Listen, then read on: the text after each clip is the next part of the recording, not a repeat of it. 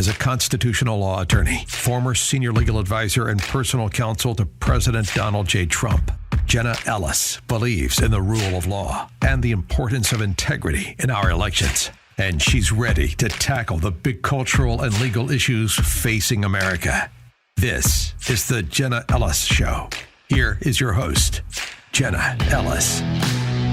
Happy Wednesday, friends, and welcome to the Jenna Ellis Show. And we have to talk about the Canadian truckers and the Freedom Convoy that is in Ottawa from all sides of Canada. This has been an ongoing story, and it's incredibly amazing to see how these regular people are standing up for freedom and liberty, and they have now caused this worldwide phenomenon that all eyes are on Canada and really pro-trucker, unless you are the petty tyrant that is Justin Trudeau, who I believe is actually hiding in Joe Biden's basement, because that's where the petty tyrants go to hide from the populists and the media that they don't want to talk to. Unless you are that petty tyrant, then you are really supportive of the Canadian trucker convoy, because all they're doing is standing up against these ridiculous mandates, and they say that they want freedom and liberty. And speaking of freedom and liberty, friends, the last year, your dollar lost a ton of value, and inflation rose by almost 7% in just 1 month towards the end of the year. This means in 30 days, your dollar became 93 cents. And inflation is definitely a hidden tax that is felt by everyone. And this administration, the Biden administration, is only making it worse. Inflation is not slowing down, it's escalating very quickly. Gold provides a hedge against inflation and can protect your family's wealth. Legacy Precious Metals is the company that I trust for investing in gold and silver. You have to take this seriously, because our oil prices are rising. We have a supply chain issues, thus the trucking convoy. And all of this is going to compound our inflation problems. You can trust Legacy Precious Metals because they will give you unbiased counsel on your personal situation to protect your retirement health. Now is the time to be proactive and take steps to protect yourself and your family. So call Legacy Precious Metals today at 866-528-1903. That's 866-528-1903. Or you can download their free investor's guide at legacypminvestments.com. All right, so joining me in just a few minutes to continue talking about this Freedom Convoy in Canada is my good friend Viva Frey, who I actually had the opportunity finally to meet in person at the Project Veritas event in Florida just a couple of weeks ago. And if you're not familiar with Viva, he is an amazing podcaster who is from Canada, and he has been following this Freedom Convoy, but he's also a lawyer out of Canada. So the first time that I became aware of Viva was because he actually did this entire episode breaking down an interview that I did summer of 2020, my first and only appearance on Brian Stelter's CNN show. Yeah, this was the one time they invited me on CNN to match wits with Brian Stelter, and of course he came unarmed. But he's a potato, so, you know, that's to be expected. But Viva did this entire podcast episode. If you're interested, it's hilarious. And he breaks down this interview because I was on just talk about, you know, the Trump campaign and stuff that we were doing. And Brian decided, because it was going so horribly for him and was an utter train wreck, and he could not even score 1 point, he decided to keep me on literally for a quarter of the show. The interview lasted, I think, something like 15 or 16 minutes. I was in one of those TV vans out of the side of my, my then apartment. And I was sitting there thinking, this is a really long interview, or is it just, this is going so horribly for him? It seems like longer to me. And then I got out and realized he had spent an entire quarter of his show trying desperately to make himself look decent, and it was an utter disaster, and it was hilarious. But the greatest thing about it was that I ended the interview, because it was Flag Day, which of course is President Trump's birthday, saying, well, thanks for having me on, Brian, and happy birthday to President Trump from CNN. And he got this really cringy, oh no, look on his face, and he just goes, yeah, happy birthday. And it was hilarious. And so I have that clip in my files just to keep for, yay against the fake news media. But anyway, so Viva, who is a lawyer himself, did this whole entire podcast breaking this down. It was hilarious. Mark Levin did it. I mean, this interview was one that went completely viral. It was trending on Twitter just because of how much a train wreck Mr. Potato Head is. So Viva and I have been friends for a while.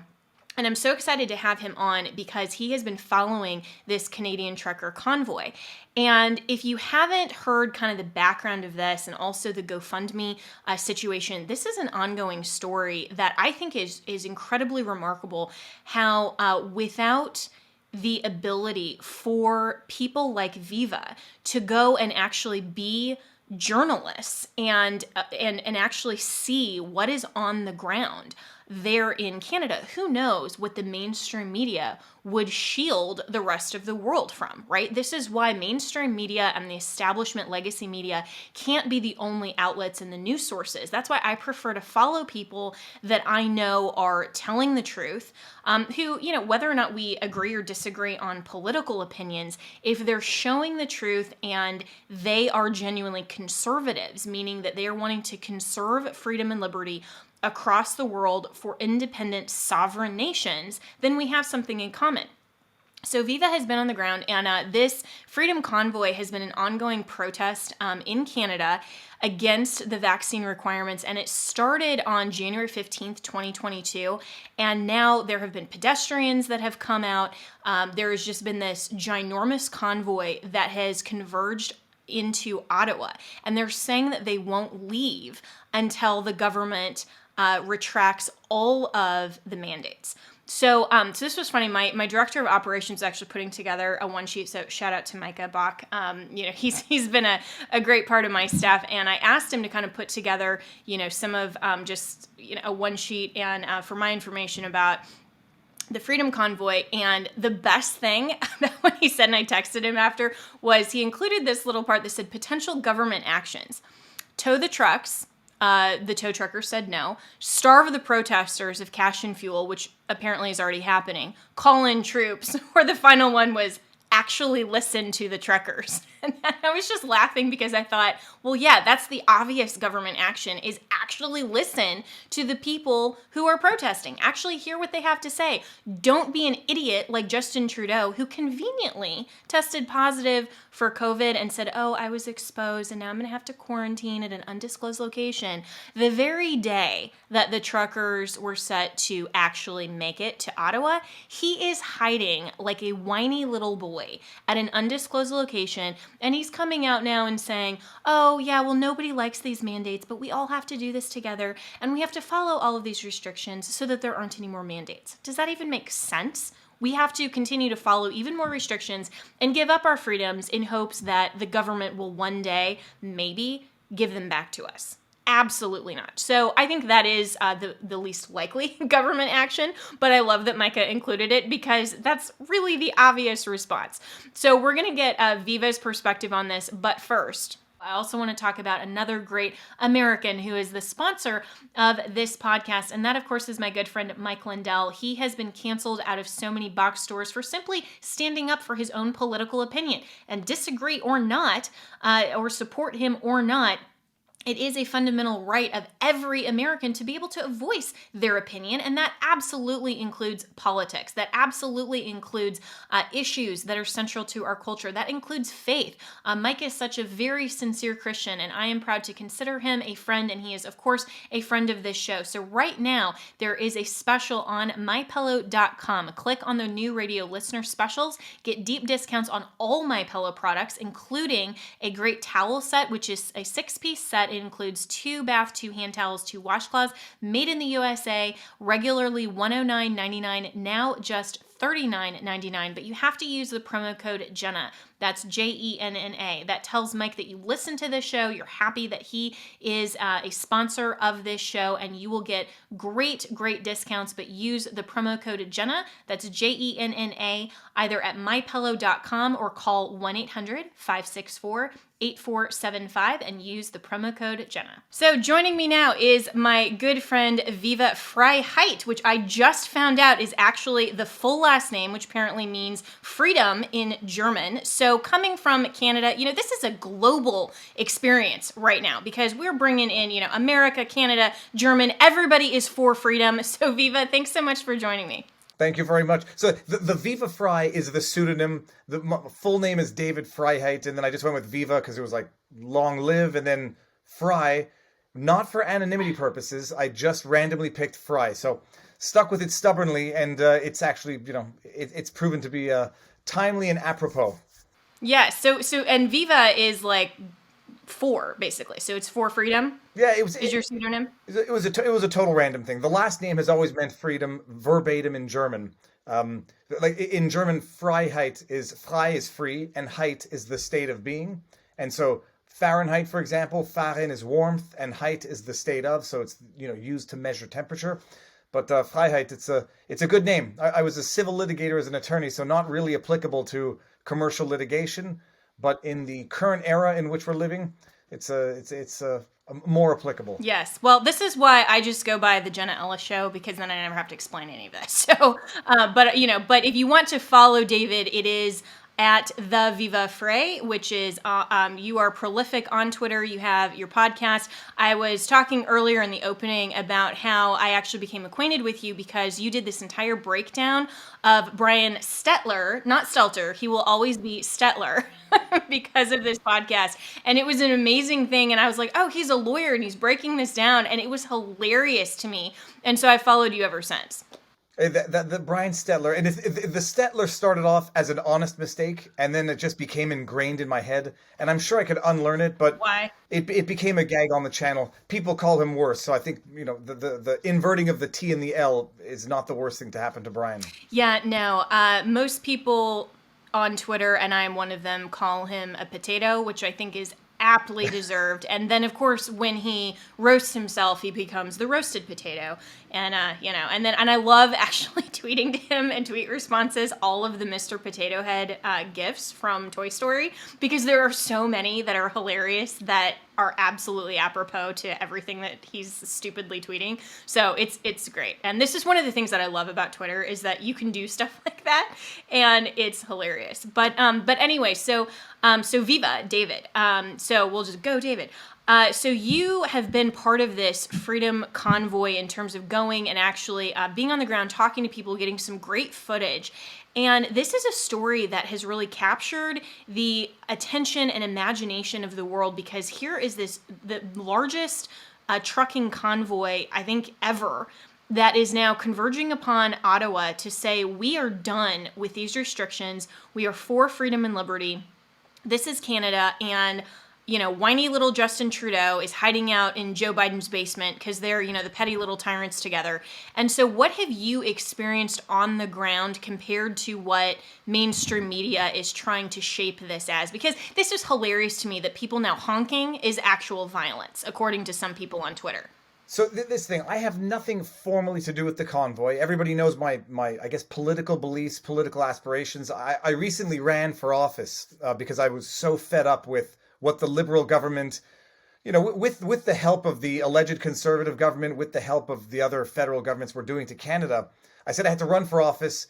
I got destroyed because my district always goes Liberal, by like 50+%. So at least I made it's like running in California here. Yeah. No, it's amazing because reflexively vote Liberal. And I say reflexively because it doesn't matter. Nothing has changed since the last election, despite the pandemic and the fact that everyone voted in the same proportions for the same parties.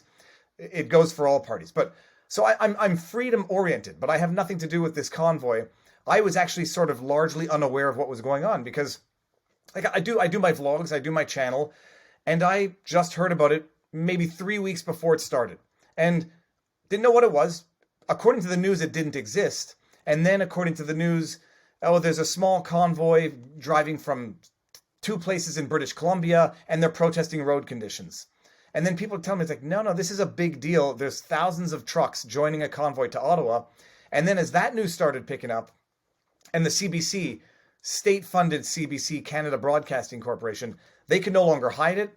They then stealth edit the original article, which referred to it as a couple hundred trucks driving from Surrey to Vancouver. they then say, oh yeah, this is not the same convoy as the one going from from British Columbia to Ottawa.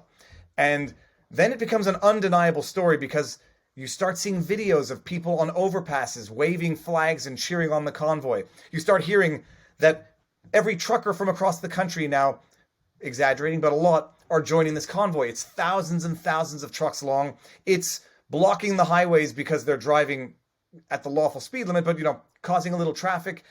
Then it reaches Ottawa, and after they try to ignore, then minimize, then demonize, they go into full mode of, this is going to be January 6th. These are extremists. These are Nazis, misogynists, literally Trudeau said, anti-black, racist, misogynist, transphobic people showing up to overthrow the government.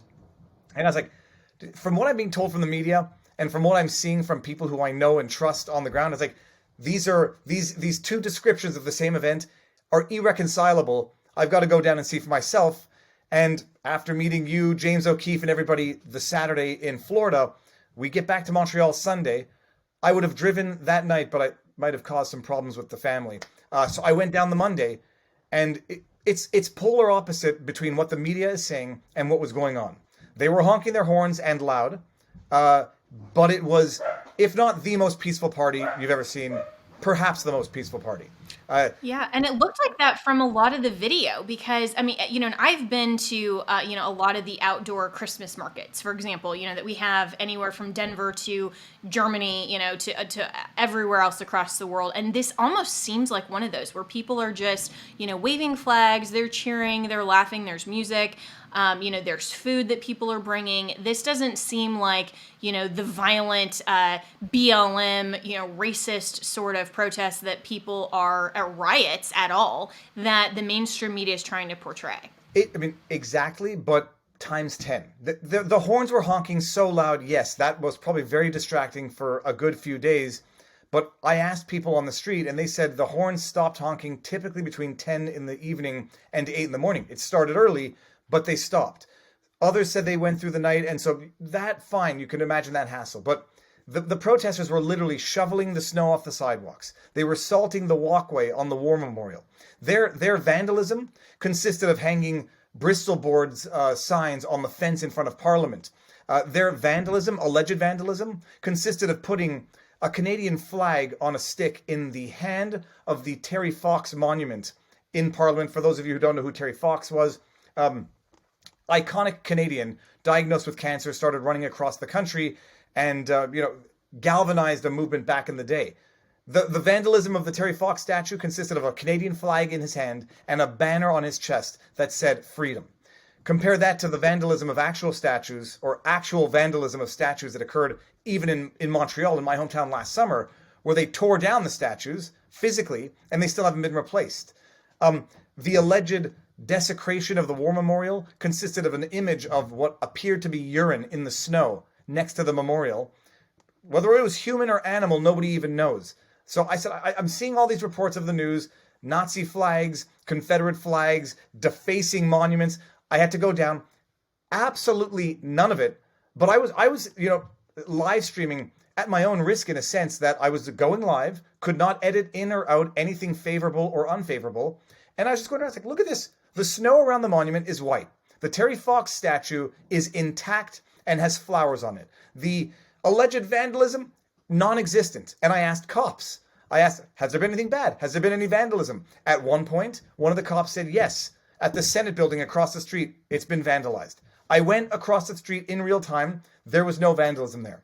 I asked another cop, like, has anyone done anything bad? He says, oh yeah, there was a broken window, a window that was broken, but it wasn't actually done by the convoy. And he was saying it tongue in cheek because I got the impression he might have been on the side of, supporting the convoy. The media representation has been nothing short of the most in-your-face misrepresentation, demonizing, defamation, slander, whatever you want to call it, of a group of the most peaceful, law-abiding protesters the world has ever seen, full stop. Wow. And, and the honking reminds me of like, have people never been to New York City? That doesn't stop between, 10 p.m. and 8 a.m. And so if that's actual vandalism, then New York City should cease to exist because I've stayed in Times Square. I've stayed in downtown. You hear that all through the night. So, people, and people, that's just part of life. And so this stark difference between what the mainstream media is saying and what is actually happening is why this type of live, unedited, raw footage is so important to getting out the truth. And so, are you experiencing the same kind of manipulation on the establishment media in Canada that, of course, is going on in the United States for people who are so sick of the Brian Stetlers and, the MSNBC and the legacy media that wants to shape this in the U.S.? Is that also going on in Canada? You mentioned some of the Canadian-run channels there, but what about independent media? Is there anything else comparable that's actually getting the truth out, or is it just up to independent, really photojournalists like yourself? There are two independent, I will give two in particular, but there might be more. The Rebel News is demonized by the mainstream media because they don't take government subsidies and they are a very critical news outlet. So they're demonized and called right-wing propagandists, whatever, by the mainstream media. Rebel News, Ezra Levant, the entire team there, True North, the Post-Millennial, they get the stories out that are not being covered by the CBC, Radio-Canada, CTV, Global News. And your viewers should understand that the corruption, the insidious corruption of the mainstream media in Canada, it's beyond government subsidies. There's it's called the Canada Broadcasting Act, which governs and allows for the subsidizing of CBC. Oh, it's called the Broadcasting Act, sorry. It allows for the subsidizing of the CBC and Radio-Canada to the tune of $1 billion a year. The argument is that that's a federal law. Whichever party is in power will subsidize those two outlets accordingly. The flip side is, though, one party had at one point talked about defunding the CBC, probably because of this corruption that necessarily occurs. So you have the CBC implicitly favoring the party that's currently in power that doesn't want to defund them, to the detriment of the opposing party that does. And the CBC itself had sued the Conservative government in the last election, took an injunction against them to get the Conservative Party to not use CBC news clips in their political advertising. So you have the state-funded media suing the political party of one of their political parties who is floating the idea of defunding the CBC for use of their government-subsidized and produced content in a political ad, whereas they did not do the same thing with the liberal media. But it's not just the subsidy in virtue of this law. Justin Trudeau, 3 years ago, might be more, 4 years ago, provided a $600 million bailout to whichever outlets extended their hands.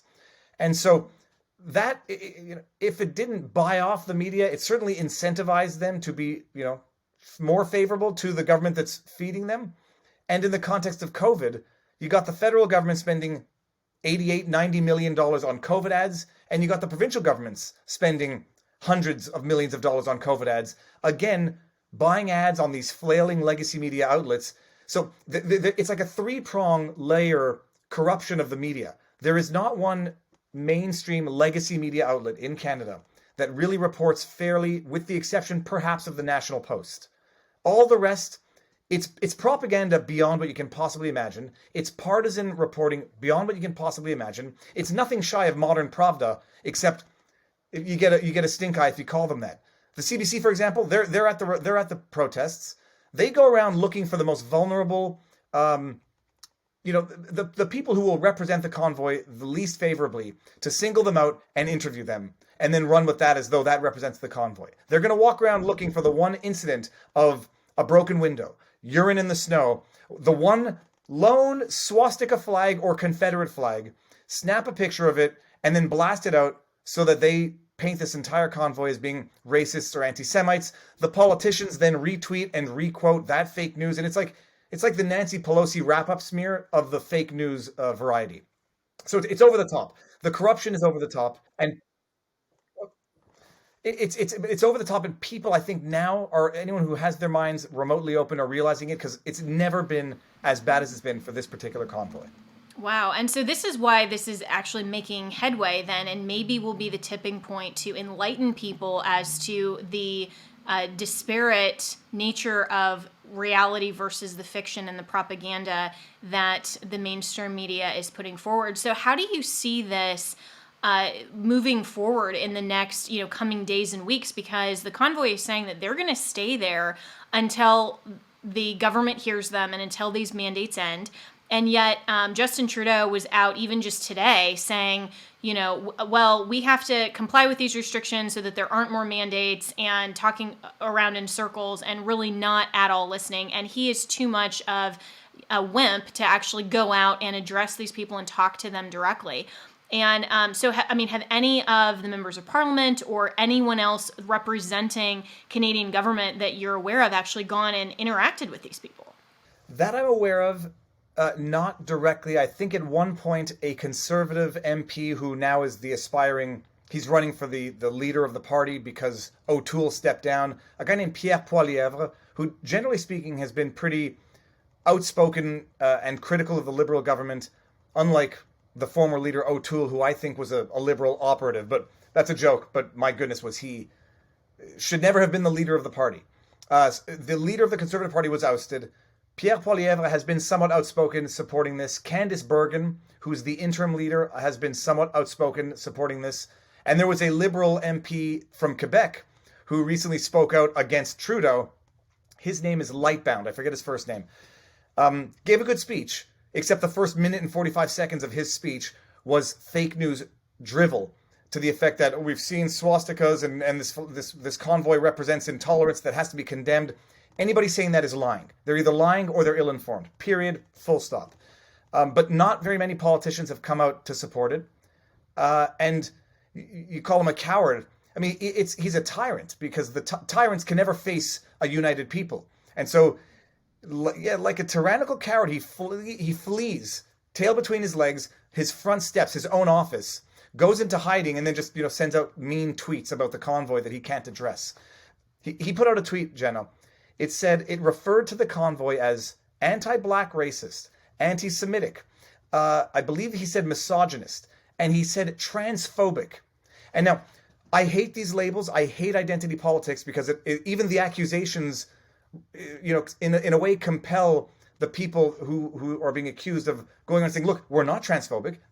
I interviewed a trans individual who supported the convoy. I literally interviewed a trans individual who had the trans flag on her back, on their. I didn't actually ask any of those questions, but on their back, identified as trans, was wearing the flag, was supporting the convoy, and ironically enough said that they got harassed not by anyone in the convoy, but by the counter-protesters who were counter-protesting the convoy, who thought this individual was an ally, and the second they saw the person cross over to join the convoy, started hurling verbal assaults and even tugged at the flag on their neck. I interviewed countless black individuals, an individual from Kuwait who fled Kuwait because of the tyrannical government, said 30 years, it's been beautiful here, and now he's seeing under the Trudeau government what he fled in Kuwait. I interviewed Indigenous people who were coming from Saskatchewan to support the movement. To call them these names, it's insult to injury, because Trudeau has spent the last 2 years injuring Canadians to the point where the working class backbone of Canada have had no choice but to say that we're going to sit here for as long as it takes because we have nothing left to be taken from us. And then he goes out and demonizes them, calls them all sorts of names. It's atrocious, but I think people are finally starting to realize. It is, and it's so completely false. And the way that they're doing this is the exact same way that the Democrat Party, I mean, for people who are listening, who are here in America and think this is just a Democrat versus Republican problem, no, this is an ideological problem that absolutely spans worldwide. When you get this sort of identity politics narrative, that the reason that they're doing this is because obviously Justin Trudeau and anyone here in the United States, obviously the Democrats, don't want to actually address the arguments on the merits. They don't want to say, okay, what is this Freedom Convoy actually about? What is their argument? What is our response? And actually having that legitimate political discourse, right? And that's what, even here in the U.S., I mean, the GOP got totally slammed for calling, even some objections to our elections a legitimate political discourse. And of course, the immediate backlash was saying, oh, well, you're encouraging violence, and this was about the insurrection, and, all this other stuff that clearly was not how that was referenced at all. But if you start calling people names like, racist and transphobe and bigot and supremacist and Nazi and all of these other things, then it does. The kind of the knee-jerk reaction is to say, no, wait, I'm not all of those things. And I wish that people would stop having to either be an apologist by saying, no, let me prove that I'm not, and rather just ignore that because they have absolutely no proof of that allegation. And so why even defend yourself? Why not say that's a diversion tactic? We want to talk about the merit of why we're actually here and what we do stand for instead of allowing this distraction to become the mainstream media narrative, because then that does actually successfully paint them as some kind of label in identity politics. And that is profoundly disgusting. It is atrocious. And it's also not helping any sort of legitimate political discourse. Wait, no, you're right. I mean, it diverts the discussion. And then the discussion becomes around defending yourself against accusations for which the accusation is itself the weapon. I sort of regress to I know you are, but what am I? Or what we say on the channel, confession through projection, because it's the ultimate irony that the people calling the convoy intolerant extremists literally will verbally assault, dox, harass anybody within their ranks who they discover to be traitorous.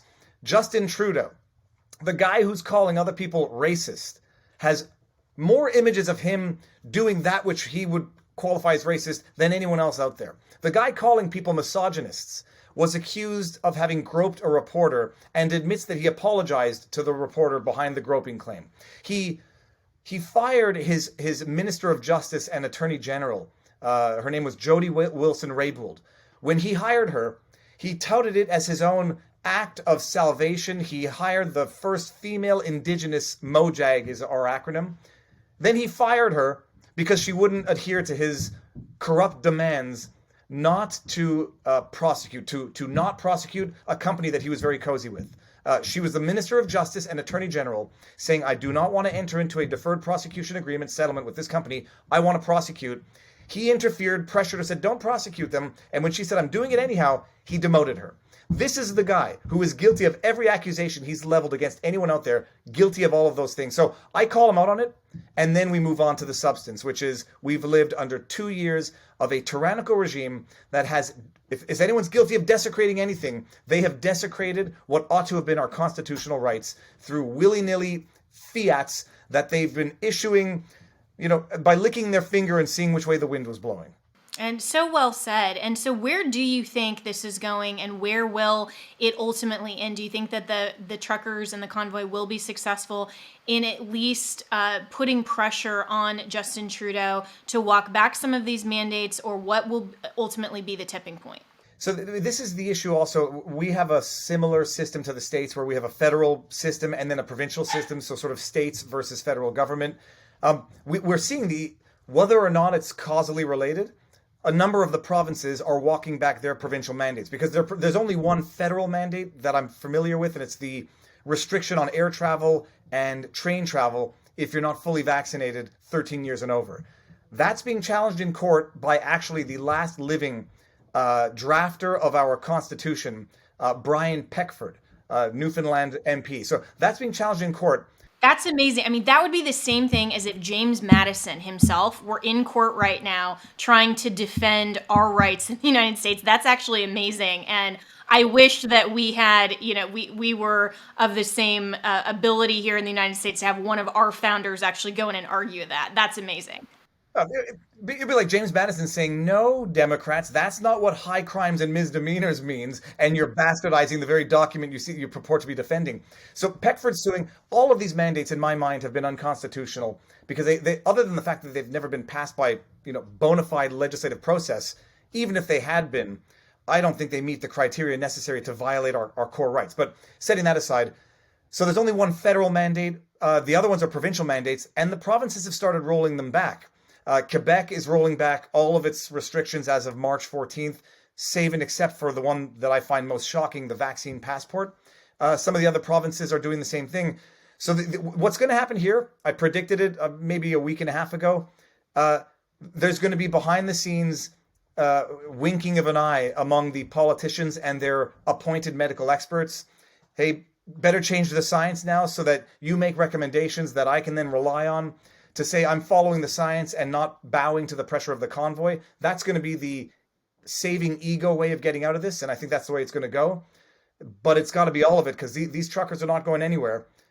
And it's just the game. The government has to concede without looking like they're caving to the pressure. And so the only way to do that is to nudge, nudge, wink, wink. Hey, medical experts, give me something that I can use now to invoke to save my own pride. Concede, but not because of, despite of. Right. It has to be their own idea. And hey, we were going to do this anyway, and we're not actually listening to the convoy because they don't want to set that precedent, which is so typical for the petty tyrants, right? And they're never going to admit they were wrong. No, but I say like it is like the way you negotiate with a child is you have to let them think they won. But the other thing is here. No, I think at this point, I think depends how stubborn the truckers get, but it might be a question of you will admit that you are doing this as a settlement tactic. But my bottom line, what's going to happen in all of this, what happened to Aaron O'Toole, got it ousted from the Conservative Party. There will be internal fighting within the Liberal Party. Justin Trudeau will be outed. And within the NDP, the New Democratic Party, Jagmeet Singh, the leader of that party, who has been perhaps tied with Justin Trudeau in spouting off the most divisive and hateful things about Canadians, he's going to get ousted too, because these leaders are toxic. And when it becomes politically advantageous to recognize them as toxic and oust them, that's when the infighting with the parties is going to do that. That's coming sooner than later. That's my personal prediction as well. Wow. This is fascinating. And where can people continue to listen to you and to get these updates? I definitely want to bring you back on anytime as these developments happen. And obviously, all eyes are on Canada right now and spurring on the truckers. Obviously, I mean, we don't have time. We'll have to talk about the GoFundMe issue later. I think that's fascinating, and that's a whole other legal problem as well for GoFundMe as an entity. But definitely, where can people find you to get caught up? I know you said you're going back tomorrow, yep. And to listen to your podcast, to listen to all of your great analysis on this. So the one thing, just to give credit where credit's due, Give, Send, Go has now stepped up and taken the bat from GoFundMe, which should be bankrupted, in my personal opinion. But setting that aside, Give, Send, Go has stepped up to the call. Where can people find me? My YouTube channel is Viva Fry, just VIVAFREI. Twitter, I recently got verified, which I never cared about that blue check mark. I just wanted to dilute the madness coming from the aggregate blue check mark crowd, and so I'm happy there. And you can pierce through some of the noise with the blue check, so it's advantageous in that way. Welcome to the club. But it's good to have actually, good people as the blue checks too. There are quite a few. I follow a lot of them as well. It's also good to people were getting spam fake accounts about me suggesting to buy Bitcoin. So at least now I have that protection. But on Twitter, it's the Viva Fry, because this other guy who has Viva Fry he had that handle before me, and Instagram Viva Fry. But Robert Barnes and Robert Barnes, everyone knows Barnes, world-class American civil rights attorney. We've got a locals community, which is phenomenal as well. vivabarneslaw.locals.com. But I'll be back in Ottawa definitely before the end of the week. So people can see my live streams on my channel on Rumble, Viva Fry, and on YouTube, Viva Fry. Excellent. Well, Godspeed to you, and we'll look forward to hearing all of your analysis and everything from the ground. So thanks so much for joining me, and it was such a pleasure to finally meet you in person at the Project Veritas event. So hopefully you'll be stateside soon, or, maybe when all of this mess ends, I can actually visit Canada again. I've been up to Banff. I love it. I've been a few places in Canada. It's a beautiful country, and so I hope that this is successful and that the government finally realizes that it needs to protect the rights of the individual and not be the petty tyrants that they are. If you cannot manage a crisis while respecting constitutional rights, you're doing it wrong, period. Absolutely. Well, David, thanks so much. My pleasure. Well, so many things going on across the world that we are paying attention to, and that actually surprised me that that Viva was saying, and I call him Viva because that's David is actually his name, but what Viva was saying about ousting Justin Trudeau, and and I want to definitely have him back on if and when that happens. I hope that's sooner rather than later, because that will be another shot heard around the world to say, hey, listen, petty tyrants, you will be ousted when it becomes popular and when it becomes obvious that you are not respecting the rights of the people. And this is why media, and especially independent media, is such an incredibly important tool. And that's why our founders created the protections and made sure to say that the right of an independent freedom of the press is so important, because if we can speak together about truth and exercise our first freedoms, which of course are freedom of speech, freedom of association, free exercise of religion, but then we can't broadcast that anywhere, and the press is simply controlled by the government, and we have to speak together about truth very quietly, and maybe in the doors of churches or in the catacombs like the early church, right? Because it's not popular and it's not protected, then we don't have the ability to get out the truth to the masses. And so freedom of the press is so important. That's what I was speaking about at the Project Veritas event. That's why people like James O'Keefe are so important and what he's doing. That's why people like David are so important in what they're doing. That's why independent people like Joe Rogan even. I mean, look at how incredibly divisive this guy has become when he's been a podcaster for a long time, and he's just he's just actually having these conversations with people that disagree with the popular regime's narrative. And he had an amazing Instagram response just going, listen, guys, I'm not saying I agree or disagree with people's opinions. I just want to hear them. I want to know what they have to say so that I can make an informed decision. That's exactly what everybody wants. We don't want to be fed a line from the regime, from the petty tyrants, and told, this is what you have to believe, and you have to do X because we say Y, and because we say that the data shows, or we say that this is what the science is. No, we are adults who have rights, freedoms, and liberties that are God-given, that our government is obligated to preserve and protect, and it is our informed decision of how we exercise our rights and what we comply with in terms of these so-called health and safety measures. And so I think we're seeing this kind of resurgence and revolution across the world saying we are done with the petty tyranny. So it's going to be fascinating what happens in Canada with the Freedom Convoy, what happens here in the United States, as we're seeing even today. New York Governor Kathy Hochul, who said, okay, we are ending indoor mask mandates. Starting apparently tomorrow, not for schools, because for some reason, the least at-risk demographic of kids still has to wear masks. It's absolutely absurd, and it's child abuse.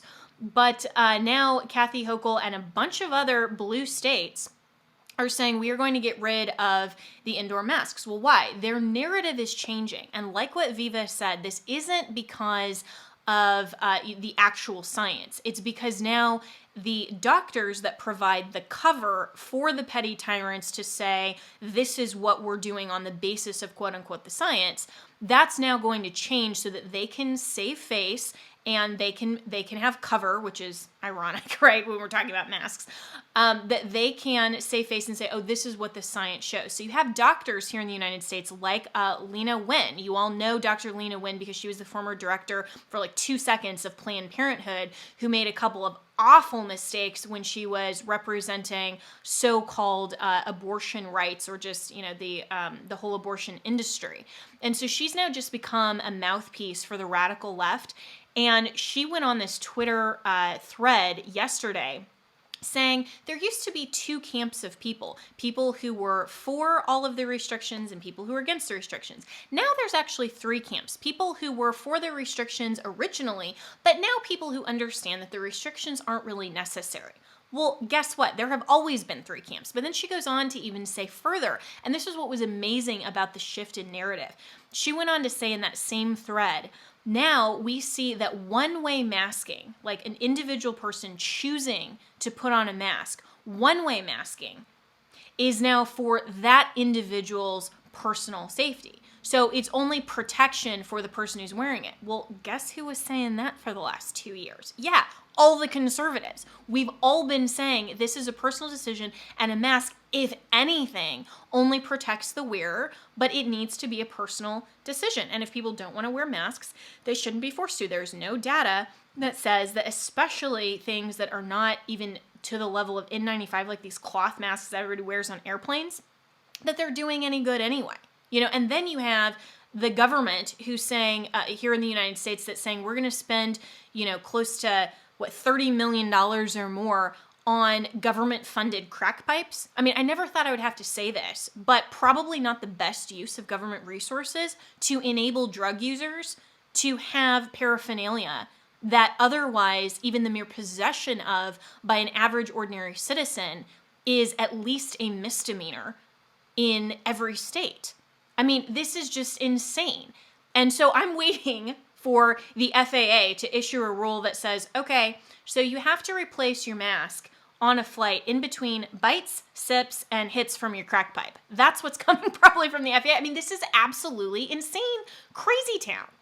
And this is why we're seeing that the regime is having to change their narrative, not because it actually matches the science, but because science is now going to catch up with what we all know based on freedom of information, freedom of the press, all of these independent journalists and independent commentators and people who just want to have free discourse, free exchange of ideas. What we've always known, now the narrative has to catch up to that.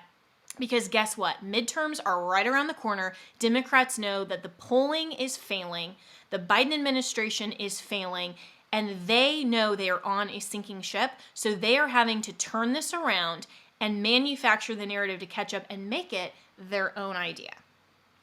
All right, well, friends, I am officially inviting you to join me and over 2 million other active AMAC members nationwide who have made AMAC America's largest organization for conservative seniors. You know that I have fought hard for the integrity in our elections and also for our American values, for freedom.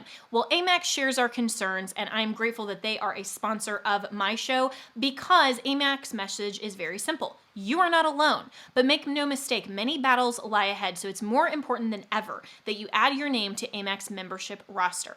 I'm personally urging you to choose AMAC now. You not only get great membership benefits, including AMAC discounts on your hotels, travels, and restaurants, but at the same time, your membership will support your American values. So go to amac.us/Ellis today to start your discounts. That's amac.us/Ellis to become an AMAC member. They need you, and America needs AMAC.